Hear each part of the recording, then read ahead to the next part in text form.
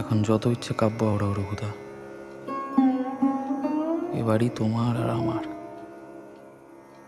যেমন ছিল চিরকাল।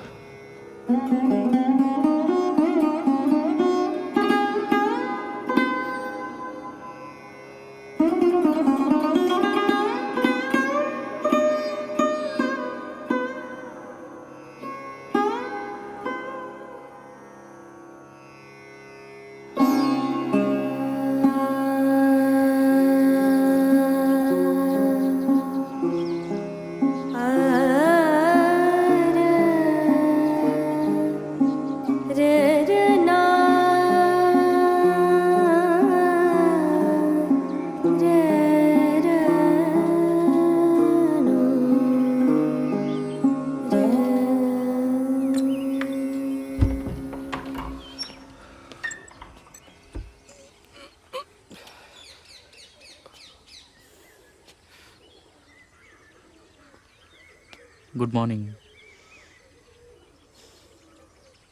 আপনি এখন এখানে বসে আছেন?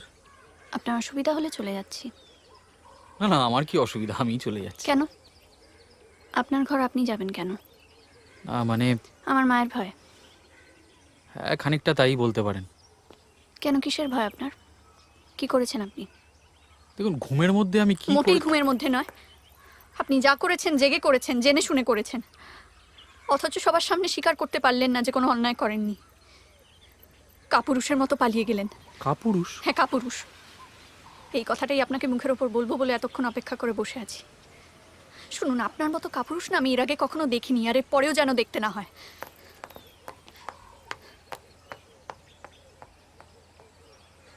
বাহ রঘুদা, প্রেম করে পালালে তুমি আর কাপুরুষ হলাম আমি। মহাপুরুষ কি? আর পালাটার নাম ছিল মহাপুরুষ। ও, তারপর এতদিন বাদে রাজাবাবুর কল্যাণে ত্যাগ করা হলো। ভালোই করেছে। কিন্তু কতদিন আর এইভাবে চলবে বলো? দাও দাও দাও দাও দাও দাও, নাও, ধরো, নাও, নাও। জগা, এই জগা, বাড়ি বিক্রির ব্যাপারটা ভালোই মিটলে রাজাবাবুর এবার একটা বিয়ে শাদির কথা ভাবা উচিত। হ্যাঁ। অনেকদিন তো হলো। হ্যাঁ, যেমন লক্ষ্মীমন্ত তেমন সুপুরুষ। তা যা বলেছ। মুখের ওপর কাপুরুষ বলে চলে গেল, আর আমি ঢোক গিলে বসে রইলাম। সব তোর জন্য। আমি কি করলাম? তুই পালিয়ে গেলি, আর রঘুদা ফাঁকা ঘর পেয়ে কি করলো কে জানে। মাঝখান থেকে গিন্নি মাগালো খেপে, বাড়ি কেনা বন্ধ, আমি হলাম দোষী, আর রঘুদা ভয় পালিয়ে বেড়াচ্ছে। দাঁড়া দাঁড়া, কি বলছিস কিছুই তো বুঝতে পারছি না। তুই দোষী, রঘুদা ভয়ে। এ মনোহর, একটু খোলসা করে বলবে? ওনার চেহারা অবিকল আমাদের রাজাবাবুর মতো কিনা, তাই তাই তাই মানে মা সত্যি নাকি অবিকল তোর মতো? তা কি বলছি কালকে থেকে? হ্যাঁ, কাকে কি বলছিস তুই জানিস, আমায় কিছু বলিসনি। বলিনি, পুরো ইতিহাস শোনালাম তোকে। আরে ইতিহাস মানে হ্যাঁ, ইতিহাসের কথা বলেছিস। চেহারার কথা, চেহারাটা আপনার বড্ড খারাপ দেখাচ্ছে রাজা বাহাদুর। রাতে ভালো ঘুম হয়নি বোধ হয়। তোর আবার কি হলো? নমস্কার। নমস্কার। ও বাবা মা যদি আমার খোঁজ করেন বলবেন আমি বাইরে আছি। মিস হালদার, ছন্দা দেবী। মিস হালদারই বলুন, ছন্দা দেবী আপনার মুখে মানায় না।